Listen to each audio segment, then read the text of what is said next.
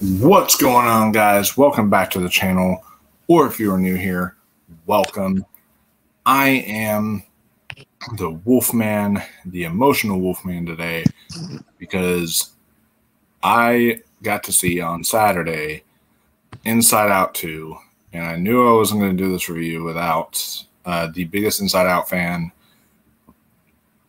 that there is in the whole world. You guys can see our Inside Out watch along we did on the channel, which I'm still editing, but it'll be uploaded right before this, so they'll be uploaded back to back. But so you guys can see that on the channel, and he is a huge Inside Out fan, so I knew that I had to have him on. He is the Joy full movie fan today because he's a big fan of Joy. But hey man, how you doing?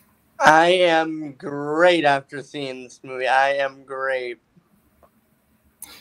Yeah, you got to see it Monday, and I'm going to be seeing it again probably either Sunday or Monday. Either next Sunday or Monday, I'll be seeing it for the second time. For the second out of 15 times that he'll be seeing it this year. Yes. This is gonna be the new Barbie, ladies and gentlemen. This is gonna be the new Barbie. Oh boy. So but at least with this one, it's actually a good movie. Unlike Barbie, but yeah. So I am somebody who has been very hit or miss on Pixar lately. I think that they're truly great. Like they're truly the last, oh my God, this is amazing film was either Inside Out or Coco. One of those two. I know you think that way about Elemental, but I thought Elemental was really good. I didn't think it was amazing vintage Pixar kind of stuff. You know, loved Elemental. I loved Elemental. I even enjoyed Turning Red. I did not enjoy Turning Red, but I'm glad you. And no, I'm not saying that Turning Red is in my top 10 like Pixar movies of all time or anything, but it is one of those movies that I'm like, really? This is getting all the hate? Like, there is some enjoyment in here. Like, again, I haven't seen it in a while, so it may be that, but, like, definitely not, like, my top 5 Pixar movies, but it was better than a lot of people said it was. Yeah, but I will also say that they had so many disappointing. Like I was so excited for Soul, and then Soul ended up being such a massive disappointment for me. And then Onward, I thought was just kind of okay. I liked Onward a bit more than other people did. To be fair, I think it's a good movie, but not anything to write home about. So they haven't made an amazing movie. I kind of get sad when I watch Onward now, only for one reason. Why? Because that was the very last movie I saw before the lockdown. Oh, yeah. I saw that movie the weekend of, and then everything got locked down. That might have been my last one, too. I have to look back at that again. But so it was either that or The Invisible Man, but one of those two. It does have a bittersweet kind of a feeling to it, kind of a thing where I do need to rewatch that. I do need to rewatch that. But yeah. This is easily one of the best Pixar movies. This is definitely one of my new favorites. Inside Out 2 is one of my new favorites. Yeah, when I was wanting a vintage, like, we haven't had that truly amazing Pixar movie.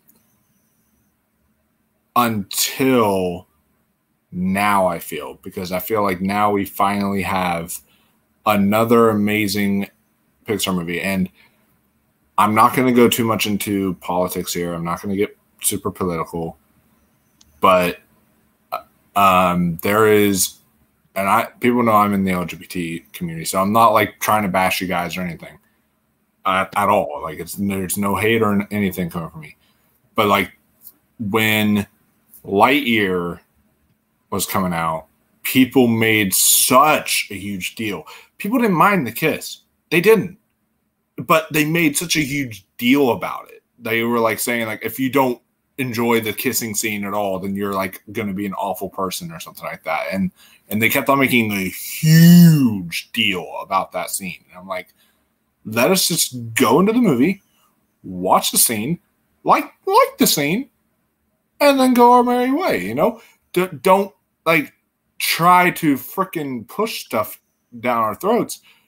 And Pixar has done this with other movies lately when they're supposed to be, yes, they're supposed to be complex. I understand. It's not just children's movies. But you're supposed to make them for all audiences, you know?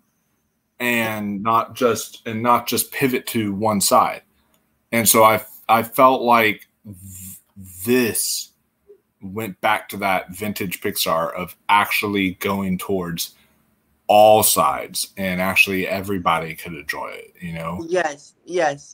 I completely agree. I often thought during this movie, I was of course thinking about the original the whole time, you know, thinking about how did I feel, and I felt two things. Like, I felt there was definitely no, you know, take her to the moon from me, you know, like sad, heartbreaking moment that like tugs on your heartstrings. But how they depicted anxiety in this movie, I adored. Like, there were scenes in this movie that made me feel like, did they get inside my head for a minute? Like, because I would have had the same exact thoughts. Yeah. Or like, am I used as a study for this movie? Because I would have had the same exact thoughts. So that to me is what I love the most about this movie, and how much I related to the characters and how much I felt during this movie. And I just want to say that Maya Hawke played anxiety, and she did excellent in the role. Just like her father, she and mother. She's such a talented actress, and she did a great job as anxiety. But then we also have different actors playing disgust and fear. We have Liza Lapira playing disgust, and then we've got Tony Hale playing fear. So now, if I did not know going in they're played by different people, I would not have picked up on it. No, I probably wouldn't have either. They did a really good job. Although you could hear Tony Hale for sure. Like, you know Tony Hale's voice, and you're like, oh yeah, that's totally Tony Hale. But seen a lot of Tony, yeah, so I haven't seen a lot of Tony Hale stuff, so it would be easy for me. Yeah, I've seen a lot of his kind of movies that he's been in and shows that he's been in. So I definitely was able to recognize his voice. Wait, I was talking to Ross, and if we're talking about multiple things, was he in Barbie? I don't think so. Because we were talking about somebody that was in a show, played Aaron Dinkins, you know. No, he was not in Barbie, but he was in Quiz Lady last year. That was his movie that he was in for. Okay, sorry. I thought I heard that for some reason, and that's the only thing that I remember him for. That like I would like stick out. I mean, I don't know if you've ever seen the show Arrested Development, but he was in that, and no, and he was in like he's been in like Clifford, the Big Red Dog, Love, Simon, Hocus Pocus 2, a lot of enough to like really be like, oh, that's him, you know? Yeah. So, yeah, it does very much bother me that they didn't hire, you know, the originals back, you know. Yeah. And apparently, that was not a Pixar decision. That they left the roles because they weren't getting paid enough. Apparently, the decision to not pay him enough, now I could be completely wrong, was not a Pixar decision. It was the decision of the actors, right?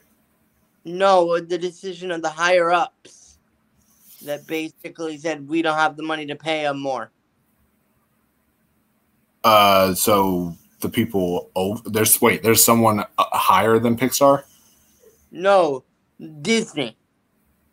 Oh, Disney had it. Okay, I see. Basically said we don't have the money to pay them more. Yeah. Which is such BS, by the way. That's such BS.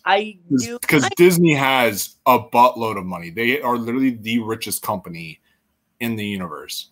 I think they were kind of scared because they've been having flop after flop after flop after flop, you know?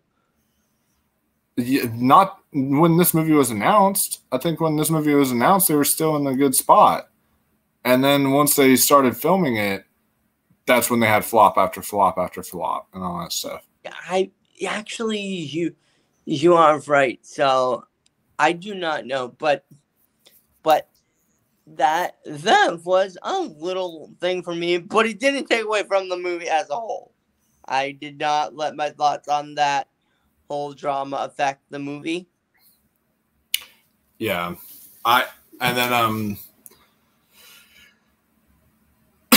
Yeah, so I thought all of them did great. All the voice actors were great in here. I thought the one issue I kind of have with the film, and this is not a huge issue, it's like my only flaw, is that there are some, and I understand there are certain characters, and we'll get to them in the spoiler section, like a video game character and other stuff like that, that were great additions to it. And I thought that they didn't need to have a lot of screen time, obviously, because they're just parts of Riley's imagination. That's whatever. But the thing that I guess was my one issue was I felt like anxiety just kind of took over. And I understood she did take over from Joy, but she also literally took over the movie and didn't let Envy have really any time. She didn't let boredom have any time. She didn't let embarrassment really have a lot of time. He had one big moment in the film, but it was like mostly just anxieties thing the whole time. And I wish that there was more interaction between them. And I wish that Envy, I think she only got to hit the button once, and that was it. I think she only ever got to hit the button for Riley once, and that was all she ever did for Riley. But what you saying about anxiety is 100% true about anxiety disorder, I feel. Like, when it enters your brain, it takes control, and until it's solved, it's taking control. Yeah. So I feel that was very realistic what they were doing. They were, but I don't remember if they let Envy and those other emotions like envy and boredom and all that stuff, if they got to let them actually do any work whenever they're all working together. Well, I know this is kind of a spoiler, but I don't know. I loved Envy in the movie. I loved her looking up to anxiety. I love that. And AOD, I love that actress. She did a great job. Ennui Boredom is probably, in my opinion, the most ironically boring character in the movie. Yeah. And Embarrassment was just so lovable and cute that I'm just like, I just loved him the entire movie. Yeah, he was. I love there's a scene where he's like he's like on the table and he's like trying to move and he can't. And that was really cute. And gotta give the writers credit on one thing. What? Joy's character from the first movie. Mm-hmm. They did not backpedal her. No, they didn't. They did not, like, it's not like here, she's gonna learn exactly what she learned again, you know. Yeah. But but I feel like they didn't backpedal her, but I love that they made anxiety kind of the lead, or at least a co-lead of the movie, which is like I love that kind of interesting. I also wish that, because one thing that made the first Inside Out, and this is like a small nitpick, but another thing that made the first Inside Out work so special is I love seeing Riley, in high school. She's going through all the teenage angst and all that kind of stuff of growing up in high school. We've all been there. But I do still wish that she had a little bit more interaction with her parents. Like, they were almost, the parents, you could have almost cut them out of the movie and yeah. And, They were literally in like the first 15 minutes. Yeah. They showed up like the last 3 minutes. Yeah. It's like at one point the parents is gone. It's just like, and there's certain things that happen. I'll talk about when we get into spoiler session. I'm like, would your mom let you do this? Like, come on now, you know? So it's like, where's the mom in all this? Like, that's what I was thinking, like, through certain scenes and such. Because then, like, it was like, where is she? And then all of a sudden she shows up at the end again. I was like, oh yeah, she's still in this movie. So it's like that's a small nitpick, but like they could have made them, I guess, bigger roles as well. So I'm ready for the spoiler section if you are. Yeah, I am too. So we're gonna now talk about the film in spoiler detail, guys. If y'all have not seen the film, bow out now. But I assume y'all have seen the film because this has been making juggernaut at the box office. 22 million on a Monday. 22 million on a Monday? Yeah. Jeez. Yeah. It made like 23 million dollars yesterday. Very curious what's gonna happen today, because today's been off the discount ticket Tuesday. Oh yeah, that's true. So, and at my theater, it's still selling out. There's still a lot of showings that it's like you'd have to sit in the first 2 rows if you want to seat together.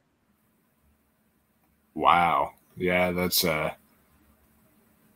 pretty crazy. So I'm not saying that it's gonna reach $1 billion yet, but I'm just saying right now it's moving at a pace that I kind of have to at least question it. It's not like definitely not at this point. It's like this is a legitimate possibility.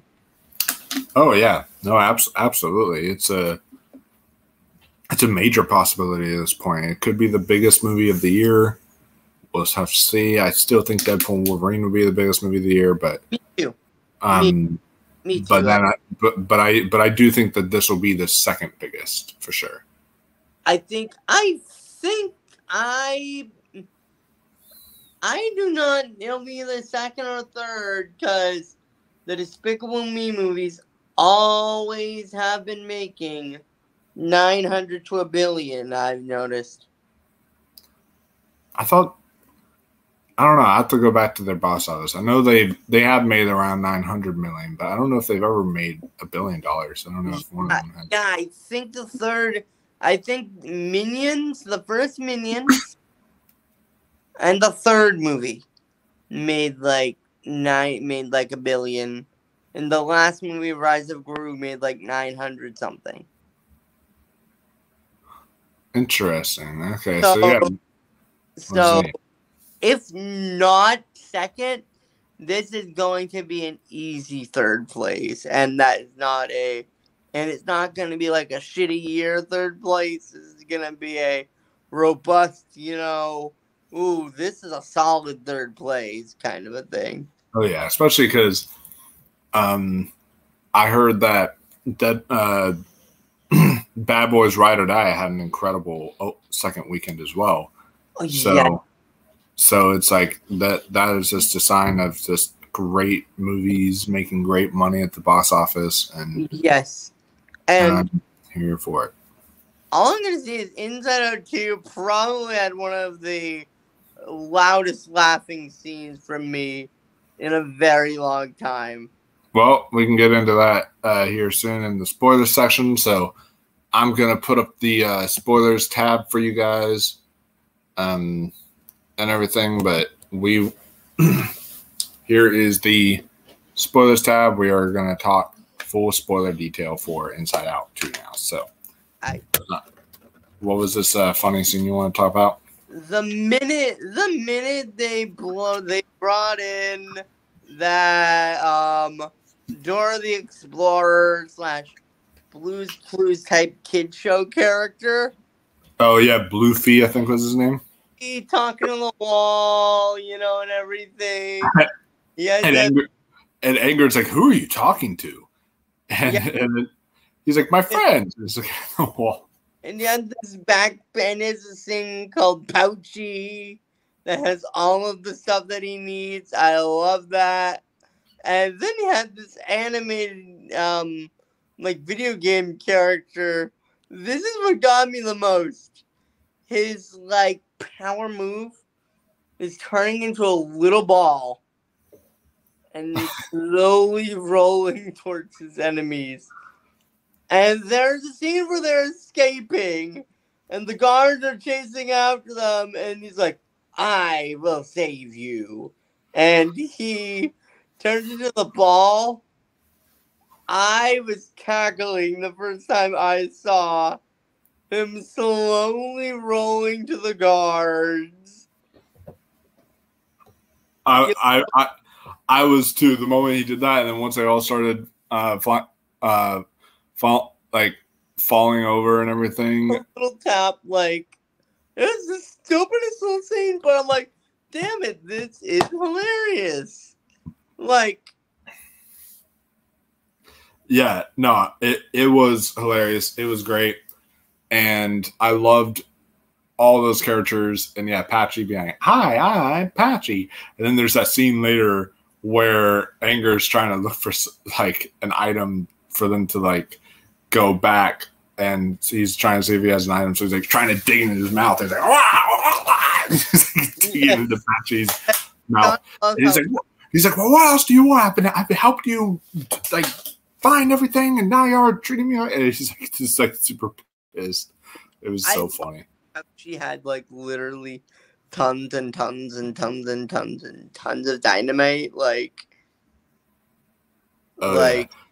that because all he had was dynamite, and then she later on figured out oh, we can actually use this to. So yeah. So that scene to me was hilarious, and this is what I love about this movie. I am laughing my ass off several times during this movie, and then 5 minutes later, feeling sadness. Yeah. Which, speaking of, which that's is a good. when she's like has to like pretend that she doesn't care about her old friends anymore, you know? Yeah. That scene broke my heart. Like that was it was sadness combined with anger. Yeah, and for me, speaking of sadness, I love that they gave her a moment to shine. She's my girl. She's always been my favorite character, and I love that they gave her moment to, like, when she goes up the tube and everything, and goes back to the. She's like, "Oh no, not me," and all that stuff, and she's like, doesn't want to go, but they send her. And then how once she's up there, embarrassment is literally helping hide her. Yeah, I love that and I love how, like, there's so many people who are similar to other people, like how you see Fear, he's like, we're going to be friends when talking about, anxiety, and then you get someone like embarrassment who can kind of connect with sadness, because embarrassment and sadness can kind of coincide with one another. So yeah, for a minute, but I kind of feel like envy had a little connection with disgust. I did too. Yeah. Before, yeah. Like there was that kind of a friendship between them. I could see, I could kind of see disgust turning envy into like a mini her, kind of in that way. If that makes sense. Yeah. No. That makes perfect sense. So yeah. Yeah, no, it makes perfect sense. She's all of them were had really great connections to one another, and I agree. This film, it had some of the hardest laugh out loud moments I've had in a Pixar film, while also giving me moments of crying. There's that line where she says, "Maybe when you're older, you need joy less in your life," and all that stuff. And it was just like that scene kind of broke my heart. But then I thought it could have been, there could have been such an easy way to mess this up, to have Joy go back and be like, yay, she's back to being a good person again, and you just stick the thing on there. I loved the complexities of this, her realizing she can't just be a good person. She has to deal with everything, and all the emotions. She has to have her bad person phases. She has to have her rebellious phases. She has to have her phases of all this different stuff. She can't just be the same, I'm good person Riley the whole time. And I loved that. Whenever the main emotion, because you see how anxiety messes it up, and then it's just I'm not good enough, and that's what she keeps on thinking in her head, is I'm not good enough. And then Joy had it as I'm a good person, but then whenever Joy was there to fix it, it was in that, anxiety said, you're right, I can't give Riley what she wants. And in that moment, she realizes that, like, we never even made Riley who she was supposed to be. This is who she was supposed to be. And it was like, really, and like the bad memories are just as important as the good memories. So they keep those bad memories as well, which I thought was great. This is why I say, in my opinion, this is, to me, the best movie that I've seen in the past couple of years. Because I've seen a lot of joyful movies that have made me feel like a lot of good feelings all the way through. But no movie has made me feel this combination of emotions that And I'm like, this is just so good. Yeah.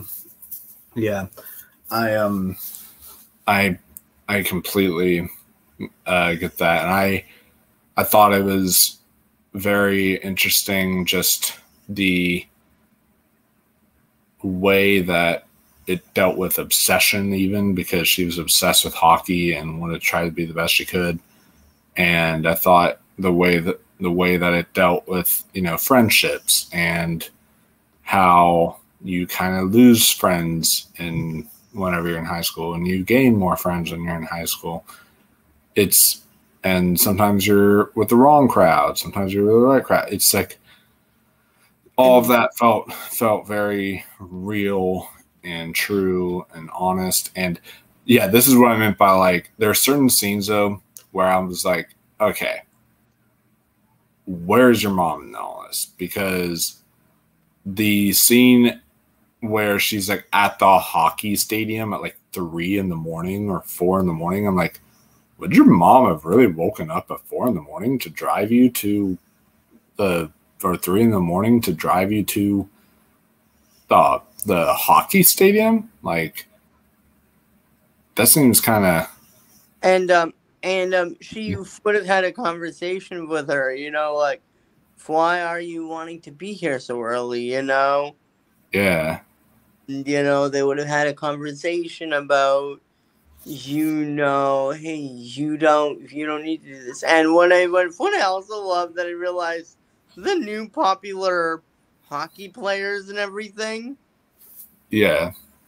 none of them were the villains.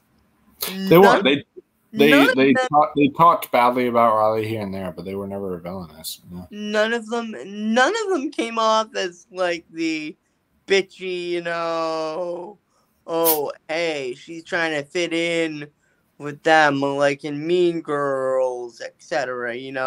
It felt genuine, and that's what I loved. And the ending with her anxiety attack just really, really hits me. Yeah. I completely agree. And so, yeah, I cannot wait to see this film again. I definitely plan to see it in 3D to see what the 3D is like, because I didn't see it in that format. So I can't wait. But this is definitely one of the best movies I've seen this year, for sure. One of the best Pixar movies, hands down. Yeah.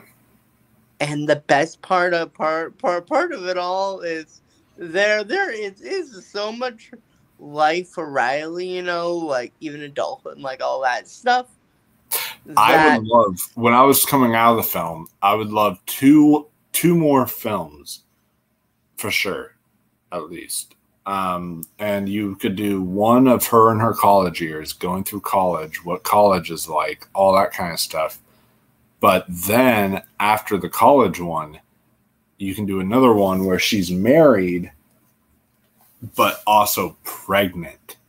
Wouldn't that be something of like, where it's like, oh God, dealing with those emotions of where you're pregnant. Yes, and that kind of stuff. And it's like, yeah.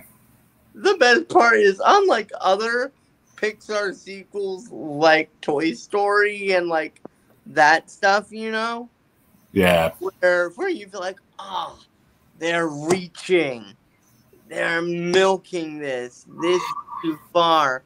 This is actually genuinely like, there is Toy Story. That's like one that's being milked way too far. Doesn't need a 5th movie.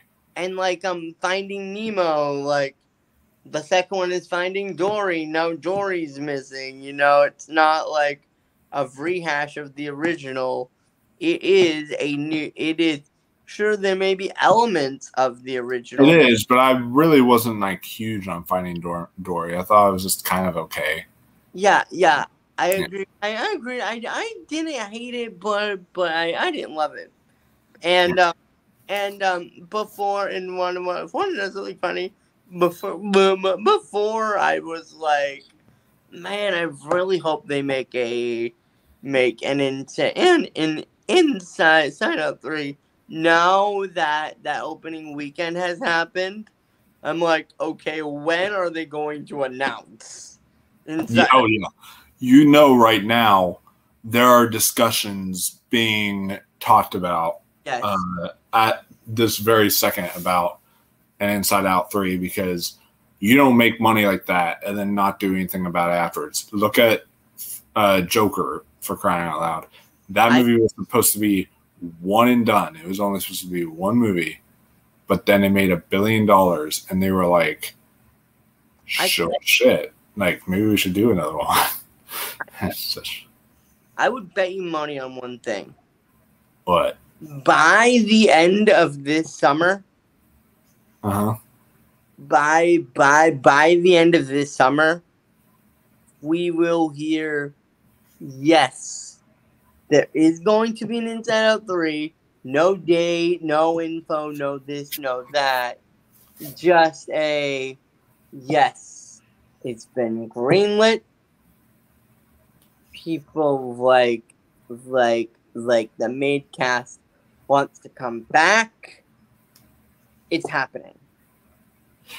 Or at least sometime mid-fall. I think end of the summer to mid-fall, we might hear something about that. Yeah. Yes. So. Yes.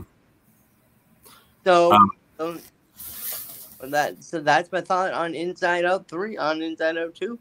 Yeah, guys. I can't wait to see where it goes further. And I just absolutely love that which, by the way, I also wanted to mention, first Pixar movie in a while not to have a Pixar short in front of it, if ever. It might be the first ever Pixar movie. I don't remember if it's the first ever, but it's Pixar has kind of realized something. What? Maybe they've realized, hey, everybody's complaining about movie theaters and like, too many trailers, too many this, too many that, you know? Yeah. And you know what? Let's just cut straight to the movie, you know? I could see them, though, whenever it comes like to 4K and Blu-ray and such. I could see them adding a Pixar short on that. So then that way people can see the Pixar short as a feature on there. But then in theaters, they didn't want to make more time for people. So, do you remember what they did with Coco? I don't. What did they do with Coco again? They had the Frozen short. Oh, yeah, they did. And the biggest issue with that, do you remember what the big issue was? Well, one, it's technically not a Pixar thing because it's Disney only, not Pixar as well. But that wasn't the big issue. What was it? The big issue was this thing was like 20 minutes. Oh, yeah, I remember that. This short was like 20 minutes. So now this Coco movie with trailers and with all of that other stuff. And I'm going to fact check and see how long Coco was, but now 2 hours plus. Yeah, an hour 45 minutes. So yeah, pretty much it would be like 2 hours and 15 minutes or something total that you would have been in the theater. Or even no, it would have been like 2.5 hours that you would have been in the theaters for. And this is a movie for kids. Like, yeah. Like, no way a 4 or 5-year-old that wants to see little Coco is going to be like, yeah, let's sit for 2.5 hours. No, I completely agree. And even their last one that they played in front of Elemental, that was like 10 or 11 minutes or something like that. So if they do these Pixar shorts, they need to do them shorter, and I think that's one thing they also realize as well. And so I think that's part of the reason why they didn't play a short in front of this. But I didn't really miss it all that much because even their shorts, they haven't really had a great Pixar short since that Lava one, that I love you. I love that one, but that was in front of Inside Out. And they haven't really had a great Pixar short since, in my opinion. So again, I love this movie. I cannot wait to see it again. Like I'm excited to see it again. I have plans to at least see it 2 more times in theaters, but you know me, I'm gonna probably end up seeing another 3 or 4. Yeah, I know I'm gonna see it at least 1 more time in theaters, but I'm also gonna. There's so many other movies too coming out that I'll be checking out here. Yeah. I'll be seeing The Bike Riders this weekend. I'll be seeing that Celine Dion documentary this weekend, if in theaters, if I can catch that, and then I'll also be seeing like a few other kinds of movies, just like throughout the rest of June. And so before our midway recap at the end of the year. So, but it's just, so I don't know how many times I'm going to see Inside Out too, but I know I'm going to see it at least 1 more time before our midway recap for sure. Yeah. So those are my thoughts on Inside Out. Yeah. Great movie, guys. Make sure y'all rush out and see Inside Out 2. Y'all will not regret it. I will become anger or sadness if y'all do not see Inside Out 2, because this is absolutely worth their time, and it'll bring absolute joy in your life to see this. So that'll pretty much do it for this review, guys. Make sure that you like this video, subscribe, comment what you thought of Inside Out 2. Have you seen Inside Out 2? Are you like me where you're like, you were hesitant, you weren't really looking forward to it because you're just like, Pixar has been very hit or miss, I don't really trust them? Or were you very excited for this movie? I want to know all your thoughts. Comment down below. I'll definitely read them. Make sure you ring that notification bell so you don't miss a review. We will be we'll be back tomorrow night for a by the time you guys see the video, like Thursday night for you guys, for a Barbie drinking game. So you guys can stay on the lookout for that. We're doing that as like a belated birthday celebration for Andrew, and we're also going to be doing like a lot of other videos down the line for you guys this month, including our monthly recap, July, or our June, our halfway through the year recap, as I'm going to say, from January to June. We'll be doing that on July 1st, so you guys can definitely stay tuned for that, and much more. So we will see you all in the next one, and until next time, stay classy, my friends, and keep on